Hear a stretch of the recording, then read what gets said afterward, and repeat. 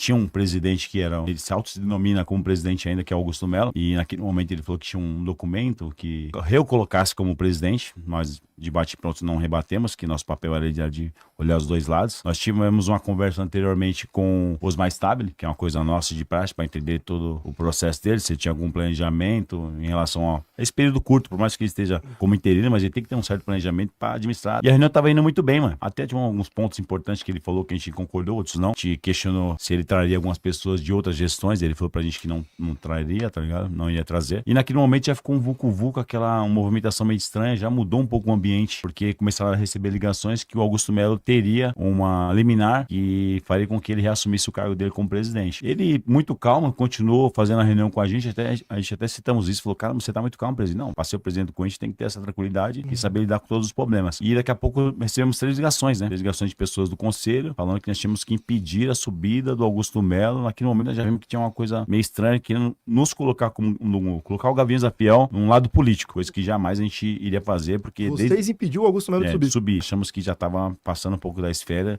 e nós tínhamos que descer para entender o que estava acontecendo naquela atmosfera de Corinthians, né? Porque era uma coisa meio que inédita. Nós estávamos falando com o presidente, daqui a pouco já tinha outro cara falando que era presidente. A gente até fala entre nós, falando, caramba, em 5 minutos nós falamos com 2 presidentes do Corinthians, né? Entre aspas, né? Então, naquele momento, nós fomos ter uma coisa errada, porque em que momento alguém achou que nós teríamos que impedir alguma coisa, né? Acho que nosso papel ali era entender o que estava acontecendo todo o mecanismo, porque se ele realmente tivesse uma liminar que eu colocaria como presidente, caberia a nós eliminar a linha de cobrança e entender o porquê que estava acontecendo tudo aquilo. Nós descemos do 5º andar e imediatamente nós vimos aquela rapaziada entrando mesmo para dialogar com o Osmar Stabile. Como era uma reunião muito longa, aquela coisa toda, ele falou, mano, vamos esperar aqui, depois, enfim, acho que o restante vocês já viram o que aconteceu. Eu perguntei novamente para Augusto Melo, a nação corintiana quer saber se você é o presidente ou não. Ele falou que era o presidente. Naquele momento eu achei que foi importante até ele falar isso para a nação corintiana, que ele se colocou como presidente, mas a gente sabe que dentro do estatuto ele não é.